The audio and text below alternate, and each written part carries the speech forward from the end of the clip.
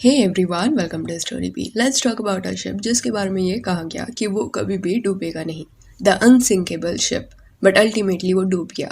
शायद टाइटैनिक कभी डूबता ही नहीं अगर शिप कैप्टन के पास एक कमरे की चाबी होती तो। एक कमरा था जिसमें बाइनोकुलर्स थे और वो लॉक था। वो कमरे की चाबी जिस आदमी के पास थी वो उसे कैप्टन को देना भूल गया एंड देन द शिप सैंक। तो ये कैसे हुआ, चलिए जानते हैं। टाइटैनिक, इस शिप को ऑलमोस्ट 3 साल लग गए बनाने में। ये शिप के मेकर्स को इस पे इतना भरोसा था कि इसे अनसिंकेबल शिप के नाम से भी मार्केट किया गया। हिस्ट्री में ये पहले बार हो रहा था कि इतनी बड़ी शिप, वो भी इतनी लग्जूरियस फैसिलिटीज के साथ, पानी में उतर रही थी। इसके पहले भी कई ऐसी शिप बनी थी, बट अनसिंकेबल शिप किसको भी ऐसा नाम नहीं मिला था। तो सबको हिस्ट्री का पार्ट बना था। तो ये शिप के टिकट्स धड़ाधड़ बिक गए। जितने लोग लोड हो सकते थे शिप पे, उससे ज्यादा ही टिकट्स बेचे गए, क्योंकि आरएमएस टाइटैनिक के मेकर्स को पैसा भी तो बनाना था। फिर आया शिप का डिपार्चर का दिन। 10 अप्रैल 1912 को ये शिप निकली साउथहैम्पटन से। अभी उस दिन क्या हुआ कि शिप पे एक सेलर था जिसका नाम था डेविड ब्लेयर। शिप सेल होने ही वाला था कि लास्ट मिनट पे उसे टाइटैनिक के काम से हटा के दूसरे वाले शिप में बुलाया गया। एंड क्योंकि ये सारे चेंजेस अचानक से हुए, तो सेलर डेविड ब्लेयर के पास एक लॉकर की चाबी थी जो वो घाई घाई में टाइटैनिक के दूसरे सेलर को देना भूल गए। ये चाबी उनके पॉकेट में ही रह गई। उसके बाद टाइटैनिक अपने जर्नी पे निकला। टाइटैनिक के कैप्टन थे एडवर्ड स्मिथ। उन्हें स्ट्रिक्ट ऑर्डर्स मिले थे ऊपर से कि 7 दिन के अंदर तुम्हें न्यूयॉर्क पहुंचना है एंड बिल्कुल भी देरी नहीं होनी चाहिए, नहीं तो पहले ही सफर में टाइटैनिक की रेपुटेशन खराब हो जाएगी। तो ये प्रेशर की वजह से एडवर्ड स्मिथ ने जर्नी शुरू होने के बाद ये डिसाइड किया कि वो फुल स्पीड में टाइटैनिक को लेके जाएंगे। एंड ये एक गलती थी क्योंकि शिप पे इसकी वजह से काफी प्रेशर पड़ रहा था। अभी अगर टाइटैनिक अंदर से कैसे दिखता है इसके बारे में बात करें तो लोअर एंड पे engine, boilers, turbines and electrical generators थे। फिर शिप का top was the boat deck जहाँ पे व्हील हाउस था एंड लाइफ बोट्स भी थे। फिर मिडिल लेयर में पैसेंजर्स के कमरे थे।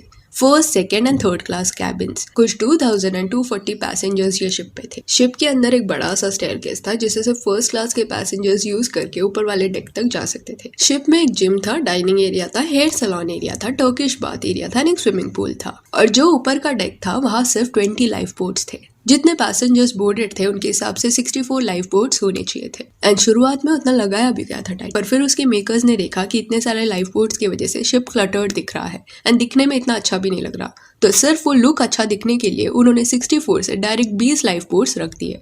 अगर ये नहीं करते ना तो कई हजारों लोगों की जान बच पाती। सो अप्रैल 10, 1912 के सुबह को passenger started boarding the Titanic in Southampton, England. Titanic को निकलते हुए देखने के लिए कई लोग डॉक पे जमा हो गए थे।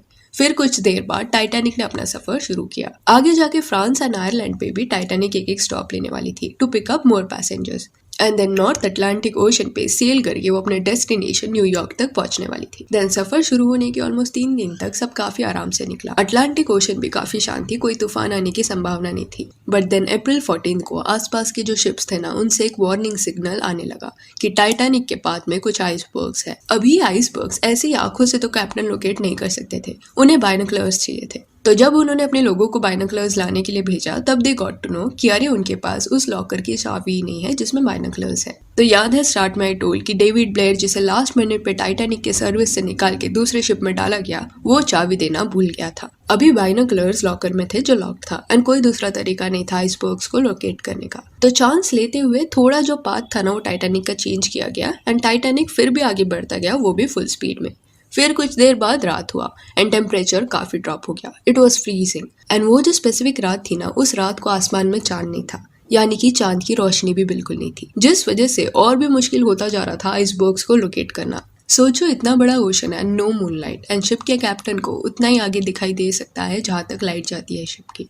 तो कितना स्कैरी होगा ये सब। देन 11:40 PM को शिप के टॉप पे जो लुकआउट पॉइंट होता है उस पे एक आदमी खड़ा था जिसका नाम फेडरिक था एंड वो आइसबर्ग्स को लोकेट करने की कोशिश कर रहा था। अचानक से उसे आइसबर्ग्स दिख गए, बिना बाइनोकुलर्स के ही स्पॉटेड आइसबर्ग्स, जिसका मतलब ये था कि आइसबर्ग ज्यादा दूर नहीं था, टाइटैनिक से काफी पास था। उसने जल्दी से वार्निंग बेल बजाया एंड शिप ऑफिसर्स को टेलीफोन किया ये बताने के लिए कि टाइटैनिक जिस रास्ते पे जा रहा है उसके ठीक सामने आइसबर्ग है। जिसके बाद ऑफिसर्स ने जल्दी से शिप को टर्न किया सो दैट वो आइसबर्ग से टकरा ना पाए, पर काफी देर हो चुकी थी। टाइटैनिक का जो एज था ना, वो आइसबर्ग से टकराने की वजह से स्क्रैच होता चला गया। देन जैसे ही आइसबर्ग को शिप ने पार किया, उसके बाद ship captain Edward and ship architect Thomas damage inspect करने नीचे गए। सो आरएमएस टाइटैनिक को अनसिंकेबल इसलिए बोला गया था क्योंकि उसमें 12 वाटर कंपार्टमेंट्स थे एंड डिजाइनर्स का यह आइडिया था कि इसमें से 4 कंपार्टमेंट भी अगर पानी से भर जाते हैं स्टिल शिप डूबेगा नहीं।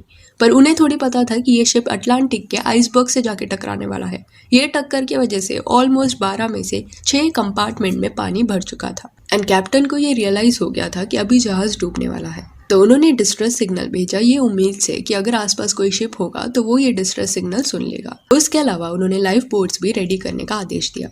12:25 AM को लाइफ बोट्स पानी में उतारे गए, पर पैसेंजर्स को समझ ही नहीं आ रहा था कि हो रहा क्या है, क्योंकि जहाज डूब रहा है ये चीज के बारे में सबको नहीं पता था। एंड यही अफरा तफरी की वजह से पहली जो लाइफ बोट निकली ना उसमें सिर्फ 28 पैसेंजर्स ही बिठाए गए, जबकि उसकी कैपेसिटी 65 की थी। फिर ऑफिसर्स को ये भी इंस्ट्रक्शंस दिए गए थे कि पहली प्रायोरिटी औरतों एंड बच्चों को देना, एंड अगर तभी वहाँ कोई आदमी होगा तो उसे भी ले लो। पर कुछ ऑफिसर्स ने मिस इंटरप्रेट किया ये ऑर्डर्स को एंड ये समझा कि ओनली वुमेन एंड चिल्ड्रन को बचाना है, जिस वजह से आदमियों को लाइफ बोट में जाने ही नहीं दिया गया। उसके अलावा first second third class discrimination भी यहाँ होने लगा। शुरू की कई लाइफ बोट्स फुल कैपेसिटी से भरे नहीं जा रहे थे, ऑलरेडी लाइफ बोट्स कम थे, ऊपर से ये गलतियाँ। उसी दौरान ओशन में और एक शिप था जिसका नाम था दी कार्पथिया। उसे वो डिस्ट्रेस सिग्नल मिल गए थे जो टाइटैनिक से भेजा जा रहा था। ऊपर से टाइटैनिक से फ्लेयर्स भी शॉट किए गए थे सो दैट कार्पथिया उसे लोकेट कर पाए। एंड ये दूसरी शिप सिग्नल मिलने के बाद टाइटैनिक की तरफ बढ़ती गई सो दैट वो उस शिप के पैसेंजर्स को बचा पाए। 1 AM को पूरा लोअर डेक जो था ना वो पानी से भर गया था। शिप का आगे का हिस्सा डूबने लगा था। टॉप डेक पे पैसेंजर्स जमा हो गए थे। They were scared and they had no idea what to do. Life boats जो थे वो ज्यादा नहीं थे, तो कई लोगों ने धक्का मुक्की करके लाइफ बोट्स में कूदने की कोशिश की। कुछ लोग लाइफ बोट्स में जाना ही नहीं चाहते थे क्योंकि उन्हें लगा था कि अगर वो ऐसे बच गए तो उन्हें कायर बुलाया जाएगा। देन 2:05 AM को लास्ट लाइफ बोट रवाना हो गई, पर अभी भी टाइटैनिक पे 1500 से ज्यादा लोग पीछे रह गए थे। शिप टिल्ट हो गया था जिस वजह से फ्रीजिंग वाटर में लोग गिरे जा रहे थे। शिप के जो कैप्टन थे उनके बारे में ये कहा जाता है कि यही सब के बीच में वो भी डूब गए। वो अपना शिप छोड़ के नहीं जाना चाहते थे क्योंकि ये असूल था कि कैप्टन पैसेंजर्स को पीछे छोड़ के नहीं जाते एंड रिस्पॉन्सिबिलिटी उठाते हैं। तो कैप्टन एडवर्ड स्मिथ ने भी वही किया। कुछ लोगों ने यह भी कहा कि कैप्टन डूबे नहीं थे बल्कि उन्होंने खुद को गोली मार दी थी। फिर शिप का जो आधा हिस्सा था वो अलग हो गया था एंड डूब गया था, जिसके कुछ देर बाद बचा हुआ हिस्सा भी पानी के अंदर समा गया। कई लोग डूबने की वजह से मर गए, पर उससे भी ज्यादा लोग हाइपोथर्मिया के चलते मर गए। कुछ लोग शिप के टूटे हुए हिस्से को पकड़ के फ्लोट करने का ट्राई करते रहे। ऐसे कई लाइफ बोट्स थे जो रिटर्न भी आए, पर सिर्फ 4 लोग उन्हें जिंदा मिले जिन्हें वो बचा पाए। फिर कार्पथिया शिप ने लाइफ बोट्स को लोकेट किया एंड 705 पैसेंजर्स की जान बचा ली, पर 1500 से ज्यादा लोग इस हादसे में मारे गए। यहाँ पे और एक थियोरी भी है कि टाइटैनिक जिस दिन सफर पे निकली थी ना उसके कुछ दिन पहले टाइटैनिक के निचले वाले डेक में आग लगी थी एंड वो फिर अर्जेंट में रिपेयर किया गया था। कई टाइटैनिक के मेंबर्स ने ये सफर पोस्टपोन करने की भी बात की थी, पर टिकट्स बिक चुके थे एंड रेपुटेशन मेंटेन करने के लिए ये शिप को पानी में उतारा ही गया। एंड ये कंस्पिरेसी थियोरी पे इसलिए भी कई लोग विश्वास करते हैं क्योंकि बहुत से ऐसे लोग थे RMS टाइटैनिक के हेड मेंबर्स में से जिनके पास टिकट्स थे टाइटैनिक के, पर वक्त आने पे उन्होंने कभी जहाज बोर्ड ही नहीं किया। ये शिप के बारे में ये भी कहा जाता है कि शायद ये डूबता नहीं अगर उस दिन डेविड ब्लेयर को सर्विस से शिफ्ट नहीं किया जाता तो, या डेविड ब्लेयर वो चाबी दे देते तो, या कैप्टन प्रेशर में आके रफ्तार नहीं बढ़ाते तो। एंड कुछ भी नहीं तो लाइफ बोट्स जितनी होनी चाहिए उतनी भी होती तो कई लोगों की जान बच सकती थी। सोचो 20 लाइफ बोट्स की वजह से 705 लोगों की जान बच गई, तो एक्चुअल में 64 की 64 होती तो और भी लोग बच पाते। पर अटलांटिक ओशन के सामने अनसिंकेबल शिप डूब गया। So yeah, that's it. Do let me know what is your take on this, and if you want you can follow us on Instagram जिसका लिंक आपको डिस्क्रिप्शन में मिल जाएगा। और ये वीडियो अच्छी लगी हो तो लाइक एंड शेयर करें और ऐसे और अपडेट्स के लिए चैनल को प्लीज़ सब्सक्राइब करें। Thank you.